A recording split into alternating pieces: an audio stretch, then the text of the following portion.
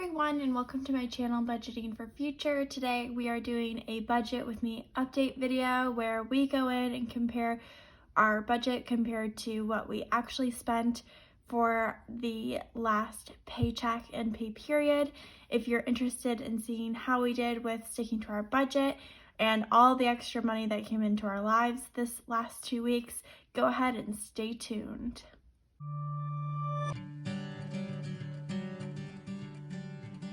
All right, let's just jump right into this thing with going over our income. We did make quite similarly to what we assumed we would. My husband didn't do any overtime, so he did make $1,517.20, while I made $1,449.07. I did do a fair amount of overtime in the last 2 weeks, so that is why that is such a higher amount of money than I normally make. And it also, I tried estimating it the best I could, but I did have there's about $12 more than I originally thought. In terms of my side income, I did make $388, but on top of that, I also paid our taxes during these last 2 weeks, and we had originally saved up for taxes at about $6,000, and they ended up only costing us, I want to say, a little bit closer to like $3,500 to $4,000. And so the extra money that we had left over from that sinking fund, I did go ahead and kind of put into this budget for us to figure out how we wanted to allocate that money. And then we also went ahead and sold some stocks from a old stock account that I have from a family member who purchased that for me. So we sold about $4,000 worth of stocks and got about $3,000 in our hands on top of that.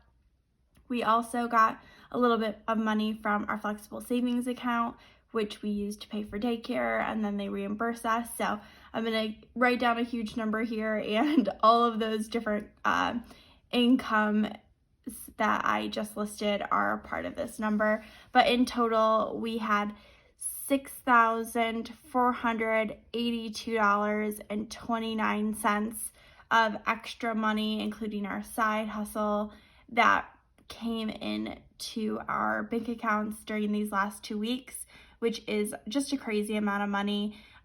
If you watched the original budget with me, you'll know that we've decided to start focusing a little bit more on our car loan, so you'll definitely see that reflected as we go through these expenses. We will start with our fixed expenses. We pretty much have a really good idea of how much we're going to spend on each one of these every time these expenses do come up. For our mortgage, we do split the cost of our mortgage over 2 paychecks.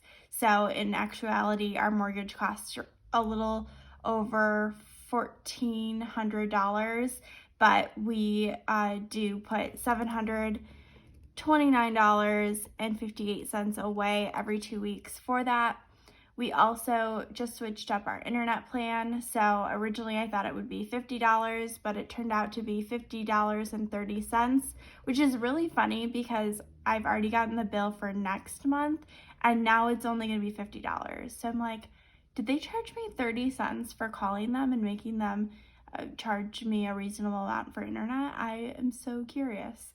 I have a feeling that's exactly what happened, but those are just my suspicions. We do also pay for daycare for our 1-year-old daughter. She goes 4 days a week, and she went all 2 weeks, so that was $360. And our car loan is where a lot of our additional money that came into our hands this month went to. We actually put $6,750 in total towards our car, and we were able to actually pay off our car in full in these last 2 weeks. It feels so good to be car debt free. Holy moly.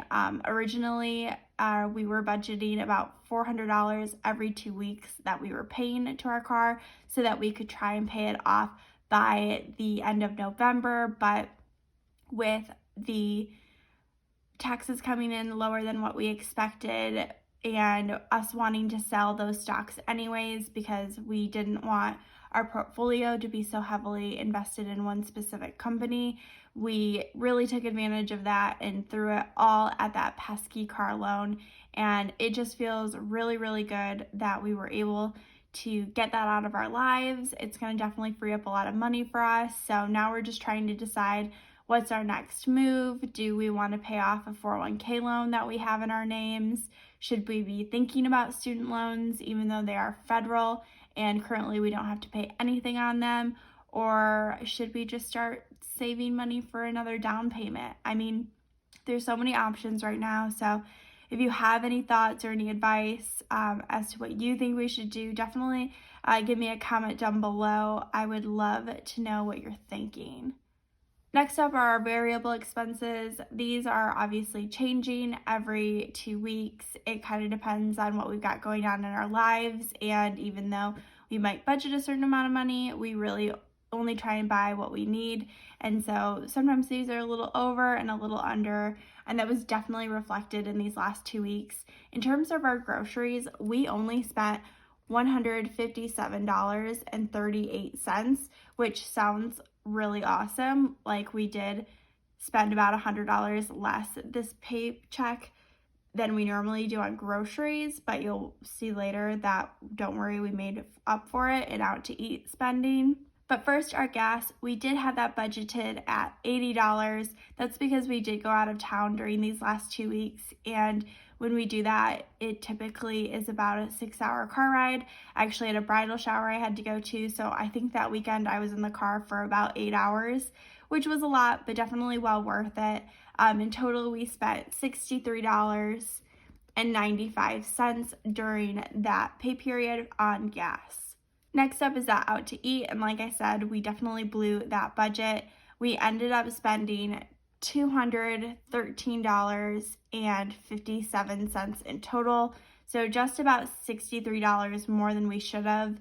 We are using the cash envelope system, so what I ended up doing was just pulling cash out of our grocery budget to supply our out to eat budget, and so in total we ended up spending less on food than we normally do by about $30, but it was definitely more heavily on the out to eat side than it was the groceries. In terms of our fund money, these are rolling categories for us. So even though we only budgeted at $100, that means we put $100 in our cash envelope, and then we have money saved away in all of our different cash envelopes for any miscellaneous expenses we need to make on ourselves. So we did end up pulling into those categories, that old money that we had saved up quite a bit. We were desperately in need of new clothes, especially my husband. He needed new jeans, and dang, those are pricey. He ended up spending $210.08 in the past 2 weeks between buying some new clothes and also some other expenses that he's made. In terms of my fun money, I also spent quite a bit of money. I needed new running shoes like really badly, to the point where I was running and I would be in pain while running in the shoes. And as soon as I bought new ones, I'm feeling so much better. So it was definitely a well worth it investment. I also got a new exercise outfit because I am trying to build up my workout clothes wardrobe, and I did spend $189.06. I also bought a lot of food in the office because we have a cafeteria and I'm addicted to french fries. So money came from there as well. Our daughter also spent $80. She had some miscellaneous things she needed. We got her a new water bottle. Let's see, we also needed to get her wipes, diapers, all that good stuff because she still is pretty young, but the leftover that she had, that $20, is still sitting in her fun money cash envelope, and it is most likely going to stay there for as long as we can keep it there. Her fun money cash envelope always has way more money in it than ours, so I think in the future there's going to be a certain amount of money that we're like, okay guys, we have got to do something with it, and we'll probably end up putting it into our 529 for her. In terms of expenses I forgot to budget for this pay period, there was one. I swear I'm trying to get better at this, but we did have our HOA dues that we did have to pay, and we did budget $0 for them. and they cost $98.90. So luckily, because we did have so much extra money coming in this pay period, it really wasn't that big of a deal. I just made sure to add it to the budget, and hopefully I'll do a better job of budgeting for it in the future. I always get confused and I forget all the dates, but that one was definitely due on the 21st, and you can see that this was between the 21st, so I definitely should have caught that. And now on to our savings. We did do overall a pretty good job of making sure that we hit all of our savings goals for these past 2 weeks. Like I said, we did put a ton of money towards debt and that car loan. So that's where a lot of our excess money went to, but we were able to successfully save $0 for taxes because we'd already paid them. $85 went to our rental property / our savings challenge. We were able to put $314 towards school, which is definitely a high priority sinking fund for us right now. We're trying to get it fully saved up for the fall semester before we chill out a little bit more about that one. But we did put a little bit of extra money there. Our IRA, we did contribute $150 to. $40 went to our phone, $30 to pets, $30 to Christmas, $25 to maintenance, $20 to clothes, $20 to vacation, and another $10 to our furniture. And that will really wrap up our Budget With Me recap for these last 2 weeks. Overall, it was very successful. We had so many great windfalls come into our lives, and now we don't have to budget around that car loan. So who knows what we're going to do with that extra cash, but I am super excited and very optimistic for the future. I do hope you have a great rest of your day. Bye!